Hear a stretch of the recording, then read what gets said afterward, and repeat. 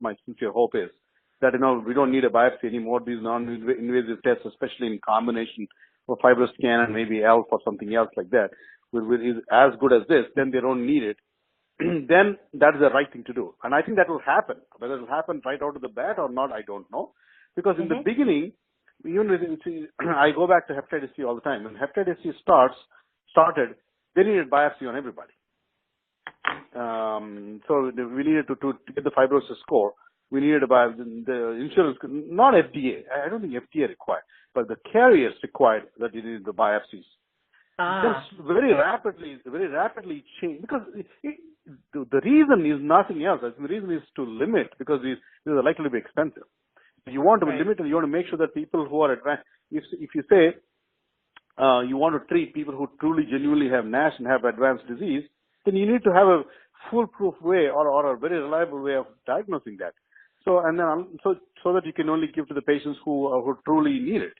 So if you need that, then you need to have a reliable test, and it used to be biopsy for hepatitis C. And slowly we knew a lot data came in, and we knew that this is the FibroSure or a combo of that and FibroScan was perfectly fine. So then they were fine with not doing a liver biopsy.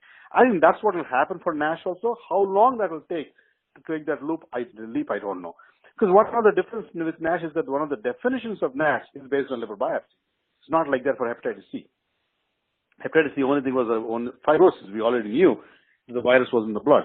So the only thing we wanted to know was how much of fibrosis there is, and the other ones there was so much of validation in how the fibrosis score is. However, the NASH part, if we really want to limit to people who absolutely only had NASH, then they will need a biopsy. In the beginning, I think they will insist because of the expense. That's just purely a guess. Okay. I'd like to now sort of use our remaining time to dig in a little bit more to the patients. It's so interesting to us because this is a relatively new area, and sort of there's not a ton of literature on the average NASH patient. So I'm wondering if we could begin this part of the conversation, if you could just sort of describe your average NASH patient. I'm curious, age, gender, comorbidity, that sort of thing. Right. Okay. So if somebody comes in, I usually get a patient. I'll walk you through a patient so you'll know. It'll be easier to understand the thought process and what kind of patient they are. They usually come from primary care doctors, either from by doing a blood test using a physical or whatever, and then they find their abnormal liver enzymes. So, and then they do an ultrasound or sometimes not, which shows there's fatty liver. So those are one of the two, either together or separately.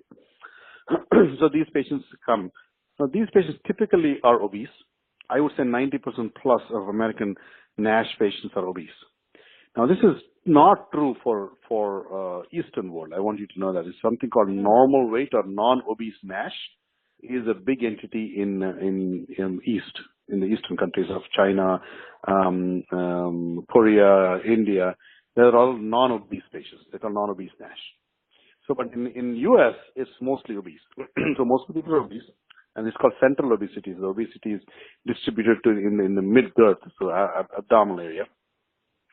And they're mostly male, but the females are also, not mostly, I think the majority, maybe a little over 50% are male, and the other one, the rest are female, of course. And then they have what we call metabolic syndrome, which I think I mentioned before: diabetes, hypertension, hyperlipidemia, central obesity, family history of NASH, hypothyroidism, coronary artery disease, sleep apnea. These are all polycystic ovarian syndrome in women. These are all features of metabolic syndrome. So I take history for all these, presence or absence of all these, and usually you have 2 or 3 of these features. So typically. Then, what else did you want? Yeah, they have, age is usually, it's changing depending on where you are in demographic. Children, the most common liver disease in children in this country is NASH. Did you know that? That is the most common. Yeah. So that is actually quite alarming. That it is the fatty liver disease is the single commonest liver disease in children. So if they're in children, they have so many years to become fibrotic and cirrhotic. So there's going to be an epidemic coming. Anyway, so children also,